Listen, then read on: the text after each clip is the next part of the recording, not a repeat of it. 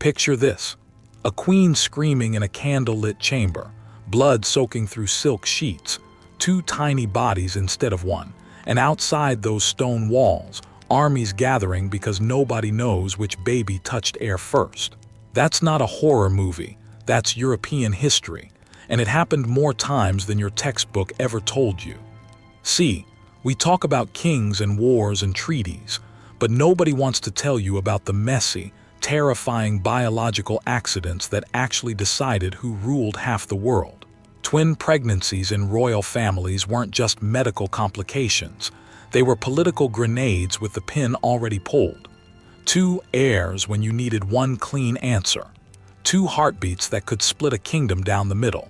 And the wild part, most of these stories got buried, erased, or twisted into something more palatable because the truth was too dangerous, too scandalous, too real. You're about to hear about 9 royal twin pregnancies that didn't just make history, they nearly unmade it. Let's start in Scotland, 1600 years after Christ walked the earth, and there's this woman, Mary. Yeah, that Mary, Queen of Scots, the one everyone knows got her head chopped off. But before the execution, before the drama with Elizabeth, there was a pregnancy nobody talks about. Mary's married to Lord Darnley, this pretty boy disaster of a husband, and she gets pregnant. The official story says she had one miscarriage in 1567, just lost the baby, tragic, moving on. But here's where it gets weird. Multiple physicians' letters from that time, stuff historians found centuries later tucked away in French archives. They mention les enfants, plural, the children, not child, children. Mary was carrying twins and she lost both of them. Now you're thinking, okay, sad, but why does that matter? Because Darnley was Catholic nobility, and those twins would have been the bridge between Scottish and English claims to the throne. 2 heirs meant double the legitimacy, double the political weight. When she miscarried both, the entire power structure shifted. Her enemies suddenly had ammunition, whispers that maybe God himself was rejecting her rule. And Darnley, he started spreading rumors that maybe the babies weren't even his, that Mary had been messing around, which was basically signing his own death warrant because months later, dude got blown up in a house. Coincidence? In royal courts, there's no such thing. That twin miscarriage didn't just end 2 potential lives. It set off a chain reaction that put Mary on a collision course with her cousin Elizabeth and eventually, that executioner's block. Now let's roll over to France. Same century, different flavor of chaos.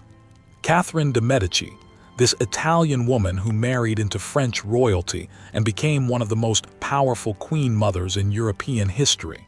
She had a bunch of kids, we know that, but there's this persistent rumor that never quite died, whispered in the corners of Versailles and the French court. Twin boys, born in 1544 supposedly, but only one survived. The survivor became King Charles IX, weak, easily manipulated, died young. But the twin allegedly died within hours of birth, or maybe he didn't die at all. Maybe he got whisked away because 2 male heirs to the Valois throne would have created an unholy succession nightmare. See, French succession law was messy enough with 1 heir, but twins. They didn't have a protocol for that. Salic law said the crown goes to the eldest son, but when you're talking about minutes or seconds of age difference, who decides? The midwife, the priest, the astrologer Catherine kept on payroll. Some historians think the twin story was propaganda, a way to destabilize Catherine's power by suggesting she'd hidden or killed a legitimate heir. Others point to medical records and eyewitness accounts that describe 2 princes born in the same hour. The Valois crisis that followed, the religious wars, the absolute bloodbath that was 16th century France. Some scholars trace it back to that room, that birth, that decision somebody made about which baby got to live as a prince and which one vanished from history. England now, and we gotta talk about Queen Anne, because her story isn't just sad, it's medically horrifying and politically catastrophic. Anne had 17, hear me, 17 pregnancies between 1684 and 1700. 17 times this woman's body went through pregnancy, And you know how many kids survived to adulthood? 0. Not a single one. Among those 17 nightmares, at least 2 involved twins. The medical records are brutal, describing 2 infants born too early and both expired within the hour. Anne was the last Stuart monarch, and her inability to produce an heir, despite literally trying until it almost killed her. That's what opened the door for the Hanoverian succession, bringing in a whole new dynasty from Germany. The thing is, if any of those twin pregnancies had resulted in even one healthy heir, British history rewrites itself. No Georgian era the way we know it. No political shift that eventually led to the modern constitutional monarchy. And here's the kicker, the really dark part. Some contemporary sources suggest that Anne's doctors were so desperate, so pressured by the court, that they might have tried medical interventions during those twin deliveries that actually made things worse. We're talking about crude 18th century obstetrics. No anesthesia, no real understanding of sanitation, just a queen screaming and a bunch of dudes in wigs making guesses. Each failed twin pregnancy wasn't just a personal tragedy for Anne. It was a national crisis, and the entire political class watched her body fail over and over, knowing that each failure brought them closer to a succession war nobody wanted, but everybody was preparing for. Cross the channel, head to France again, but earlier, before she was an empress, before she was even Josephine. She's Rose, just this girl from Martinique, married to some French aristocrat, and she gets pregnant. This is 1781, way before Napoleon's even a name anybody knows. The records from Martinique are sketchy. A lot got destroyed in fires and hurricanes, but there's this persistent local legend, backed up by some church documents, that Rose had a twin pregnancy that ended in stillbirth or very early infant death. Both babies gone. The official histories skip right over it, probably because by the time she's Empress Josephine, married to Napoleon, that whole chapter of her life was inconvenient. But here's why it matters.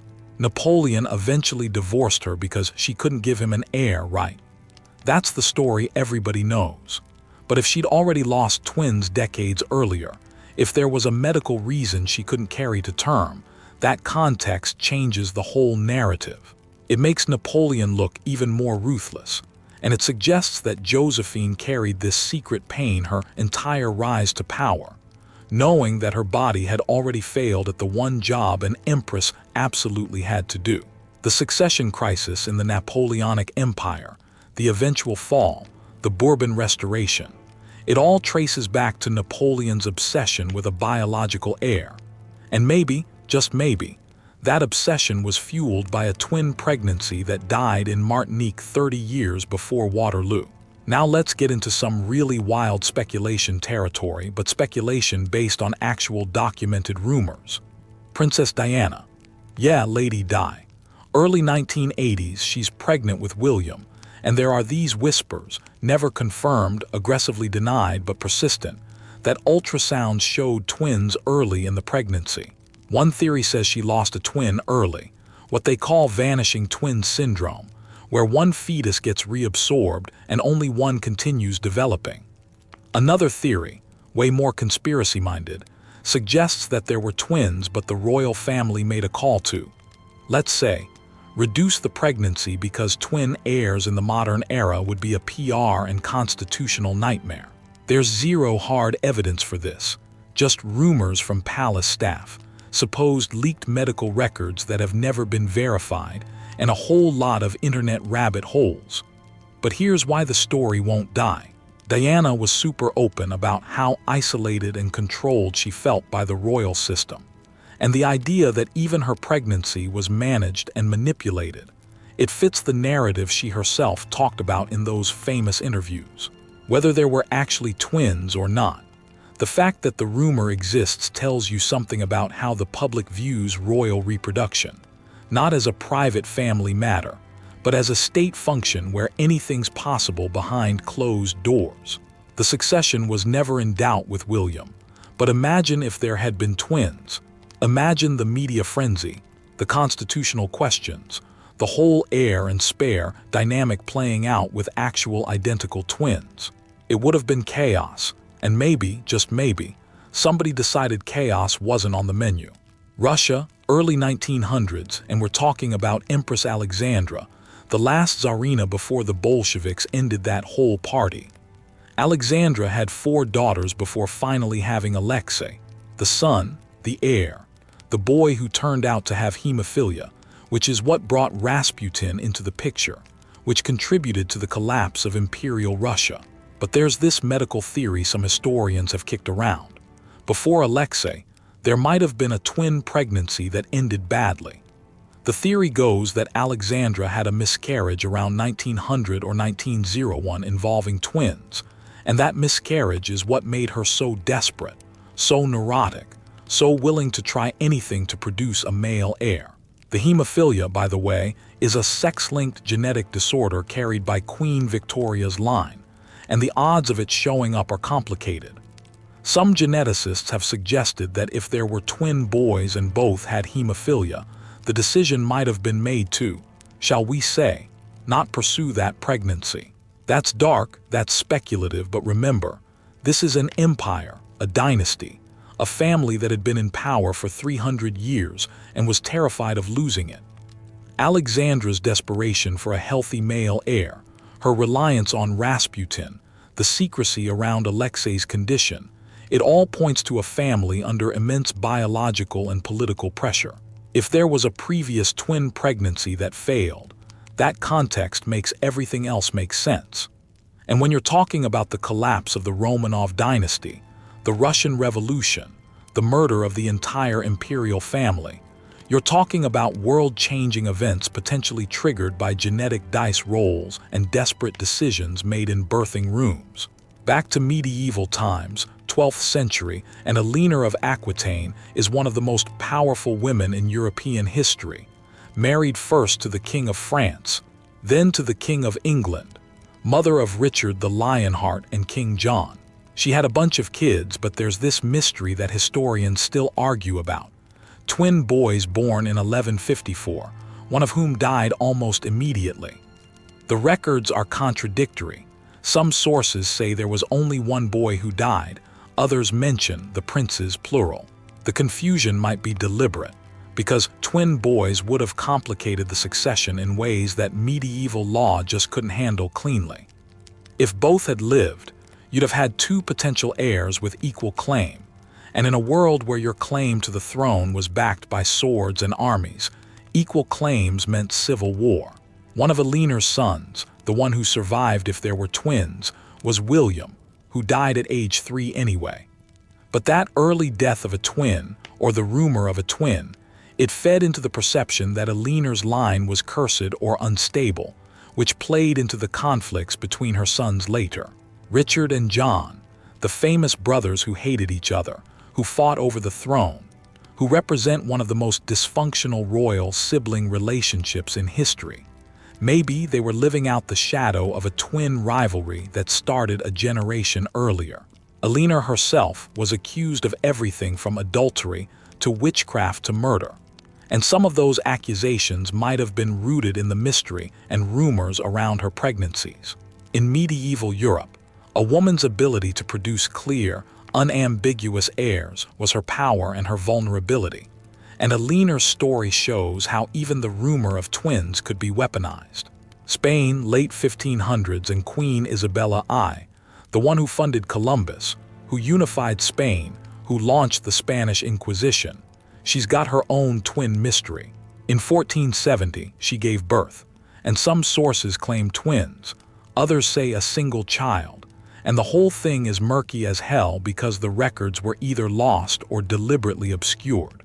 The twin claim shows up in some contemporary accounts, letters between nobles, church records from Castile, but it never made it into the official royal histories. Why? Because if there were twins and only one was acknowledged, somebody made a choice, and that choice would have been politically motivated. Isabella's claim to the throne of Castile was contested.